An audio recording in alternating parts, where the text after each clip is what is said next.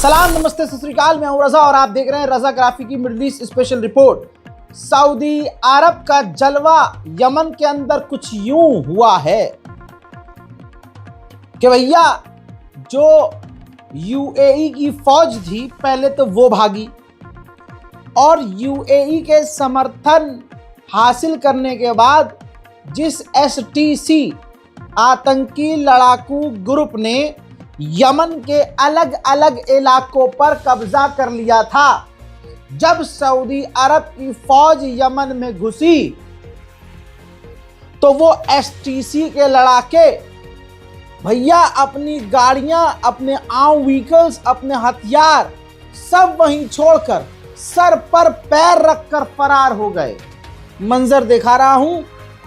वापस सऊदी अरब और यमन के लोगों ने अपने यमन के उन इलाकों पर कब्जा वापस पा लिया है जहां पर गद्दार, जहां यूएई के समर्थन हासिल करने के बाद ग्रुप कब्जा कर चुके थे। देखिए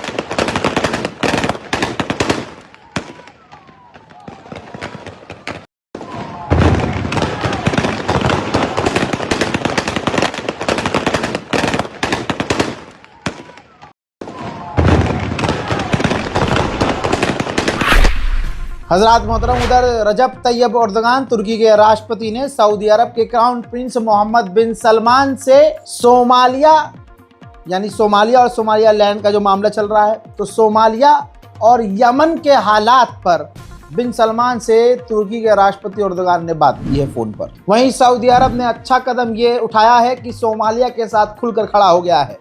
सऊदी अरब के विदेश मंत्री स्पेशली सोमालिया के विदेश मंत्री से जाकर मिले हैं और सोमालिया का पूरा साथ दिया गया है सऊदी अरब के द्वारा। वहीं सऊदी के किंग ने ऐलान किया है कि हम जितनी मदद गाजा को देते थे और देने का सोच रहे थे, हम उस मदद को और गाजा के लिए बढ़ा रहे हैं। वहीं मेरे दोस्तों, इजराइल पूरी तरह से खिलाफ हो चुका है तुर्की के। जी हाँ, तुर्की के खिलाफ जहर उगलते हुए इजराइल के मंत्री ऑन रिकॉर्ड अब खुल्लम खुल्ला बोल रहे हैं कि तुर्की को सीरिया और गाजा के अंदर, यमन के अंदर कहीं भी आने नहीं देना चाहिए, क्योंकि तुर्की हमारा खतरनाक और बड़ा दुश्मन है। अब जो मैं आपको खबर बता रहा हूं, ये खबर इजराइल के बारे में दुनिया का कोई मीडिया नहीं दिखा रहा है, क्योंकि पूरी दुनिया के मीडिया पर कंट्रोल इजराइल का खुद है। जो इजरायली अल्ट्रा ऑर्थोडॉक्स इजराइल की फौज में शामिल होना नहीं चाहते हैं और इजराइल ज़बरदस्ती सेना में घसीट रहा है, वो सड़कों पर इजराइल में प्रदर्शन कर रहे हैं कि हमें सेना में शामिल नहीं होना है। तो अब इजराइल की फौज उन प्रदर्शनकारियों पर, इजरायलियों पर ही वाटर कैनन का इस्तेमाल कर रही है।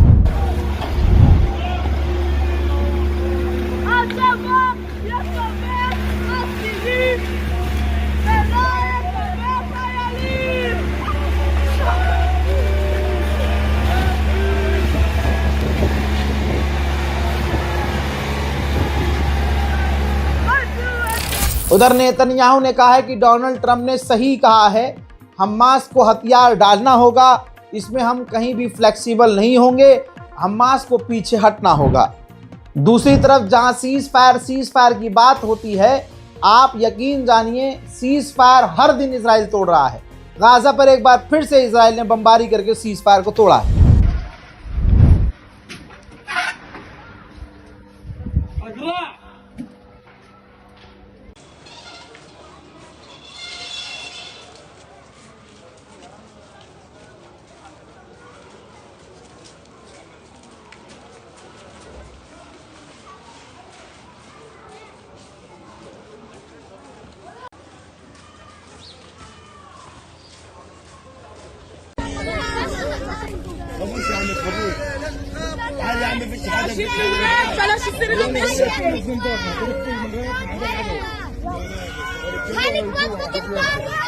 यही नहीं, गाजा के अंदर एक मछुआरे को इजराइल की फौज ने गोली मारकर कत्ल कर दिया। इजराइल के सैनिकों के ये दो मंजर देख लीजिए। इजराइल के सैनिक गाजा के अंदर ओपन फायर कर रहे हैं और ओपन फायरिंग करते हुए वीडियो बनाकर सोशल मीडिया पर पोस्ट भी कर रहे हैं, यानी सीज फायर तोड़ भी रहे हैं और दुनिया को दिखा भी रहे हैं, अपनी असलियत दुनिया को दिखा रहे हैं।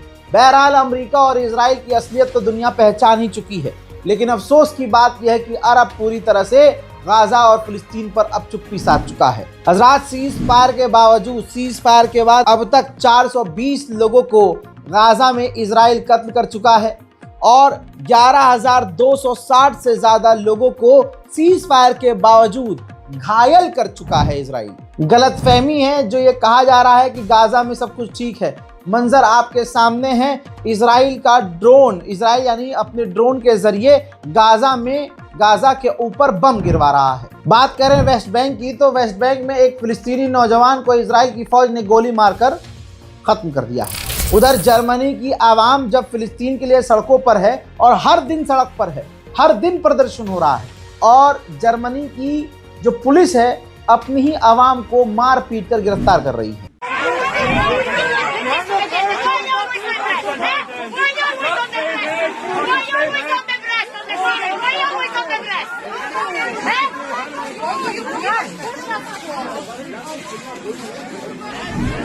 हजरात, आदत से मजबूर इजराइल ने एक बार फिर से लेबनान पर बड़ा हमला किया है।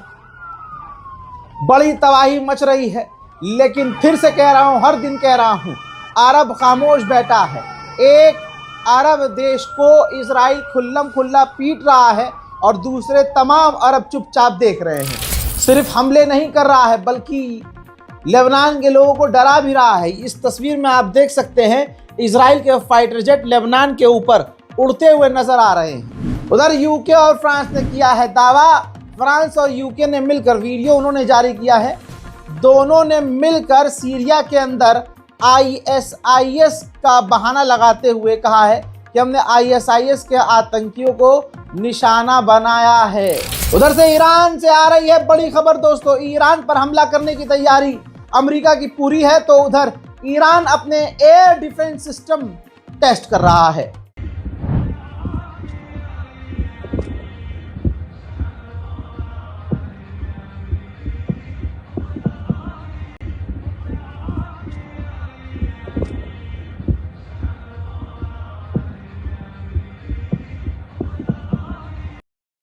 एक तरफ जंग का हाल है और दूसरी तरफ ईरान के अपने ही मुल्क के गद्दार प्रदर्शनकारी ईरान को जलाने में लगे हुए हैं।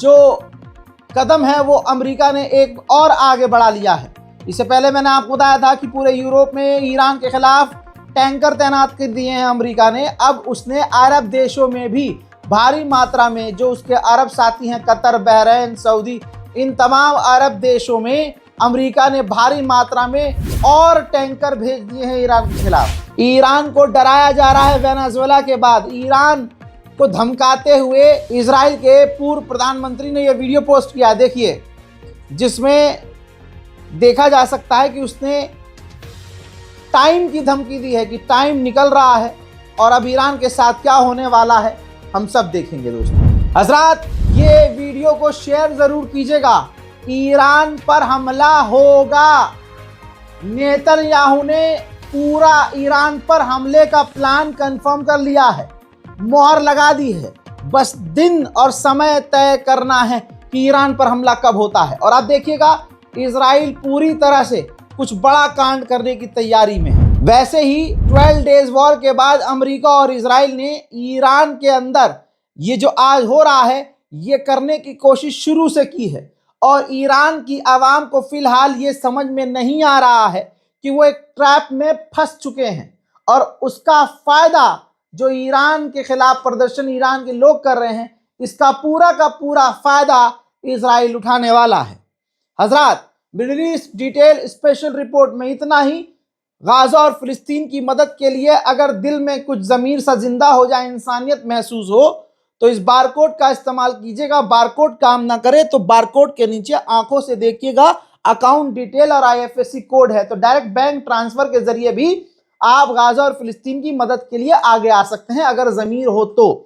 अगर इतना भी नहीं कर सकते तो कम से कम अपनी इबादतों में फिलिस्तीन, गाजा के लिए और उम्मत मुस्लिमा के लिए दुआ कीजिएगा। इतना तो कर ही लीजिएगा। फिलहाल की इस रिपोर्ट में इतना ही। अपनी राय कमेंट में लिखिएगा, चैनल को सब्सक्राइब कीजिएगा। जय हिंद।